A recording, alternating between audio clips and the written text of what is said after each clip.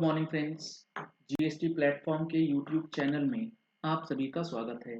जी हाँ friends, GSTR 3B के अंदर जो आपका आरसीएम का डेटा है वो ऑटो पॉपुलेट कब होता है और उसके अंदर जो हम लोग चेंजेस करते हैं वो हमें क्यों करना होता है, और कई केसेस में डेटा ऑटो पॉपुलेट जो है वो नहीं होता है, ऐसा क्यों हो रहा है और इसका क्या ऑप्शन है और किस तरीके से आप अपनी जीएसटीआर 3B के अंदर डेटा जो है वो सही तरीके से in respect of reverse charge file कर सकते हैं। आपको मैं दिखलाता हूं, अक्टूबर से लेके दिसंबर क्वार्टर की जो जीएसटीआर 3B की रिटर्न जानी है उसमें कई लोगों को ये कंफ्यूजन हो रहा है कि जो हमारा जीएसटीआर 3B का डेटा है इसमें कई सारे टेबल्स ऑटो पॉपुलेट होते हैं। जैसे कि आप देख पा रहे हैं यहाँ पे इसका टेबल 3.1 ब्रैकेट डी ये बात करता है inward supplies liable to reverse charge, यानी कि इसमें वो डेटा आता है जिसमें आपको रिवर्स चार्ज के अंदर लाइबिलिटी पे करने की बात होती है। अब इसके अंदर जो आप देखते हैं जब ऑटोमेटिकली कुछ फिगर्स जो है वो रिफ्लेक्ट किया जाता है, जैसे आप यहां पर देख पा रहे होंगे सिस्टम कंप्यूटेड, उसमें टैक्स दिखा रहा है 3922 रुपए 50 पैसे, यानी कि ये अमाउंट ऑटोमेटिकली पॉपुलेट हुआ जीएसटीआर 3B में। अब इसके पीछे का रीजन समझिएगा ऐसा क्यों होता है। आरसीएम के केस में आपको ये चीज देखनी होगी। लेट सपोज एक एग्जांपल लेते हैं, ट्रांसपोर्टिंग सर्विस। आप अपने बिजनेस में जो गुड्स परचेज करते हैं उस परचेज को अपने फैक्ट्री तक लाने के लिए आपने जीटीए की सर्विसेज हायर करी होंगी, जीटीए की सर्विसेज आपने ली होंगी।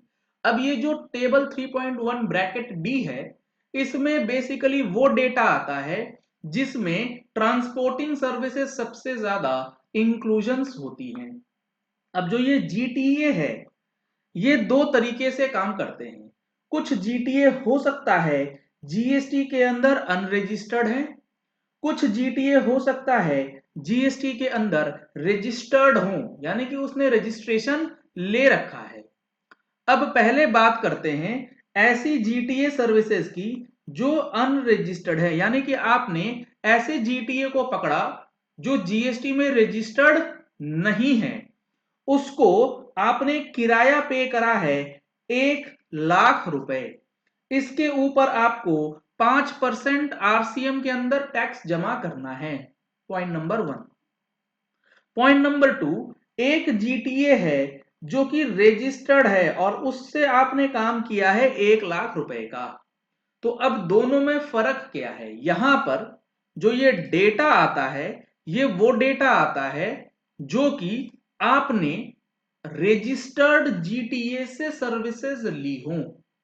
तो अगर आपने दिसंबर महीने में 1,00,000 रुपए की सर्विस ली है रजिस्टर्ड जीटीए से और 1,00,000 रुपए की सर्विसेज ली है अनरजिस्टर्ड जीटीए से, तो यहां पे जो डेटा ऑटो पॉपुलेट होगा वो सिर्फ और सिर्फ 1,00,000 रुपए का होगा जो कि रजिस्टर्ड जीटीए के रिस्पेक्ट में होगा। अनरजिस्टर्ड जीटीए के रिस्पेक्ट में आपको टैक्स जमा करना है, आपको इनवॉइसिंग करनी है, सारी फॉर्मेलिटीज आपको करनी है, ना कि अनरजिस्टर्ड जीटीए को।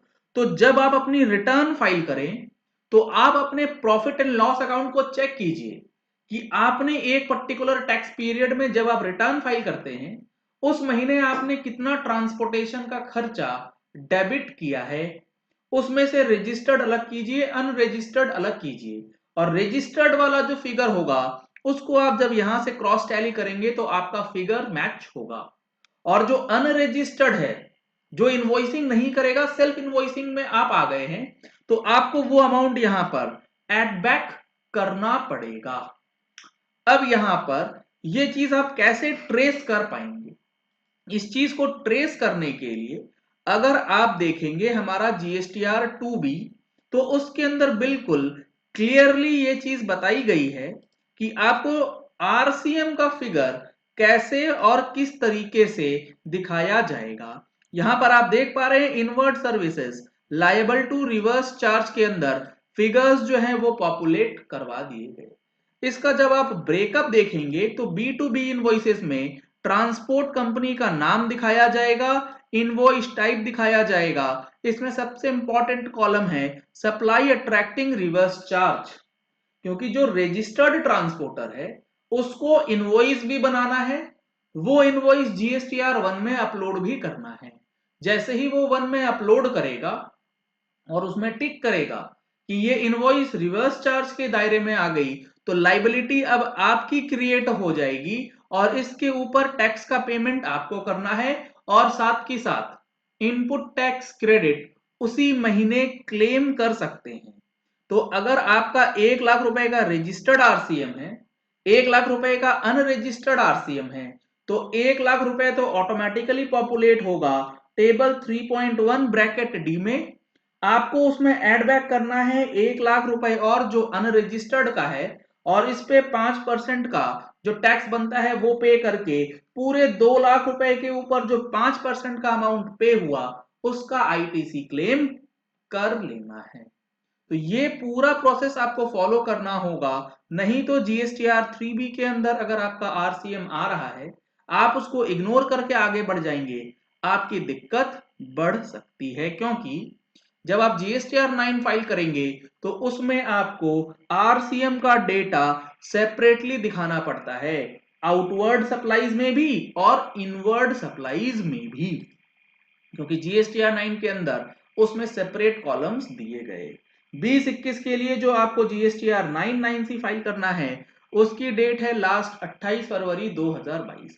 अगर आपको कोई कंफ्यूजन है, नहीं समझ आ रहा कि 2021 की GSTR 99C कैसे फाइल होगी, तो इसके लिए ऑनलाइन ट्रेनिंग सेशन ऑर्गेनाइज किया गया है 30 जनवरी 2022 को। अगर आप इसमें रजिस्ट्रेशन कराना चाहते हैं तो नंबर्स आपको स्क्रीन पे दिए गए हैं, इन नंबर्स पे कॉल करके व्हाट्सएप करके आप वेबिनार में रजिस्ट्रेशन करा सकते हैं।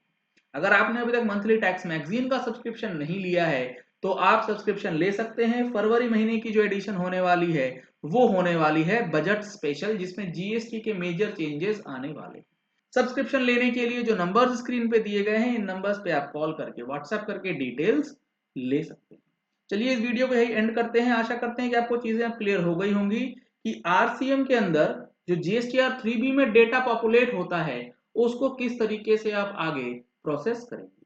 अगर आपने हमारे चैनल पे फर्स्ट टाइम ट्यून इन किया है तो चैनल को सब्सक्राइब करने के लिए नीचे दिया गया रेड कलर का सब्सक्राइब बटन प्रेस कर लीजिए, साथ में जो बेल आइकन है उसे प्रेस कर लीजिएगा ताकि वीडियोस की नोटिफिकेशंस आप तक रेगुलरली पहुंचती रहें। Thank you and have a nice day. Subscribe करें जीएसटी प्लेटफॉर्म यूट्यूब चैनल को और बेल आइकन प्रेस कर लें जीएसटी और इनकम टैक्स की वीडियोस सबसे पहले देखने के लिए।